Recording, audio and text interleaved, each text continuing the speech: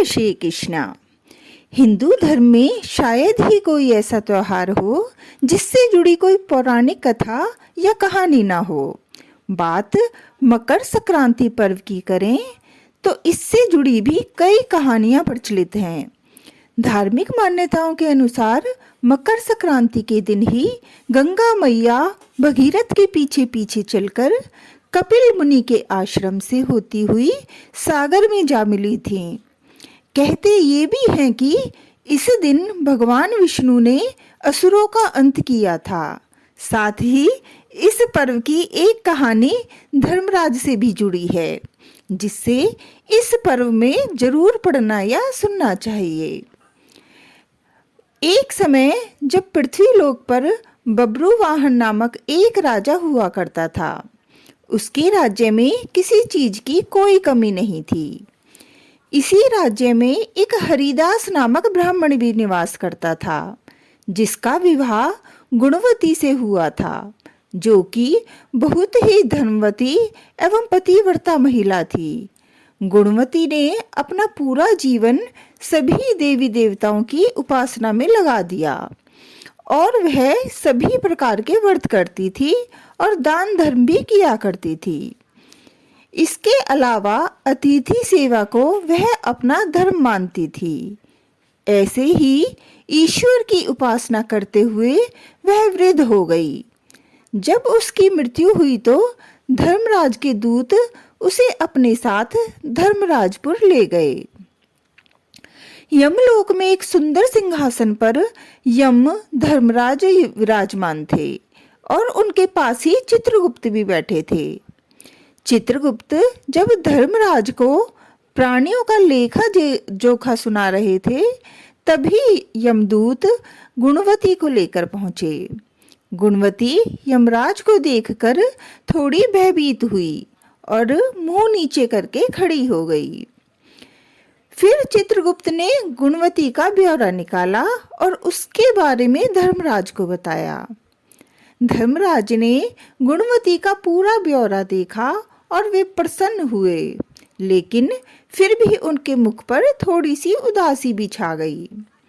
यह देखकर गुणवती ने पूछा, हे प्रभु, मैंने तो अपने जीवन काल में सारे सत्कर्म ही किए, फिर भी आपके मुख पर उदासी छाई है, इसका क्या कारण है?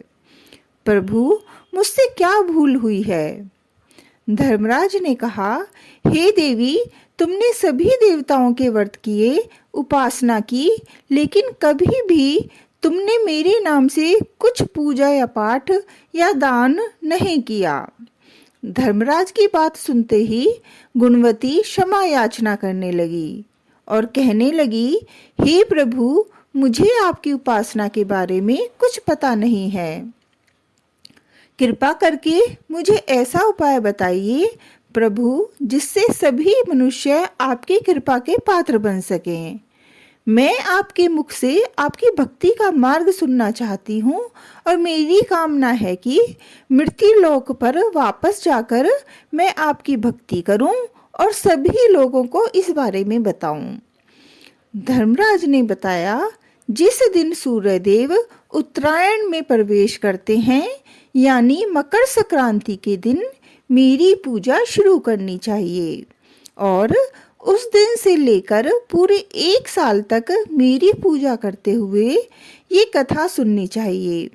साथ ही मेरी पूजा करने वाले व्यक्ति को धर्म के इन 10 नियमों का पालन अवश्य करना चाहिए। धीरज रखना यानी संतुष्ट रहना, अपने मन को वश में रखना और सभी को क्षमा करना, किसी प्रकार का दुष्कर्म नहीं करना, मानसिक और शारीरिक शुद्धि का ध्यान रखना, अपनी इंद्रियों को वश में रखना, बुरे विचारों को अपने मन में ना लाना, पूजा पाठ और दान पुण्य करना, व्रत करना और व्रत की कहानी सुनना, सच बोलना और सभी से अच्छा व सच्चा व्यवहार करना, क्रोध न करना। धर्म के इन सभी लक्षणों का पालन करते हुए 1 साल तक मेरी कथा नियम से सुने, दान पुण्य और परोपकार के काम करें और अगली मकर संक्रांति पर इस व्रत का उद्यापन करें। इसके बाद मेरी एक मूर्ति बनाकर विधि विधान से प्राण प्रतिष्ठा करवाकर हवन पूजन करें और साथ ही चित्रगुप्त की भी पूजा करें और काले तिल के लड्डू का भोग लगाएं। इसके बाद ब्राह्मण भोज करवाएं व बांस की टोकरी में 5 सेर अनाज का दान करें। साथ ही किसी जरूरतमंद को गद्दा, तकिया, कंबल, छप्पन, भोग, लोटा व वस्त्र आदि का दान करें। संभव हो तो गौदान करें।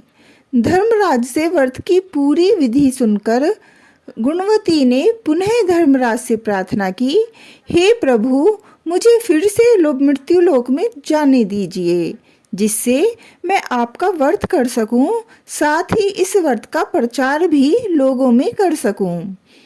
इस पर यमराज ने गुणवती को धरती लोक पर फिर से जाने दिया।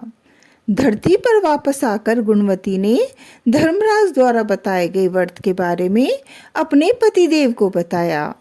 मकर संक्रांति आते ही गुणवती और उसके पति ने ये व्रत शुरू कर दिया। इसी व्रत के प्रभाव से उन पर धर्मराज की कृपा हुई और उन्हें मोक्ष की प्राप्ति हुई। जय धर्मराज जी की।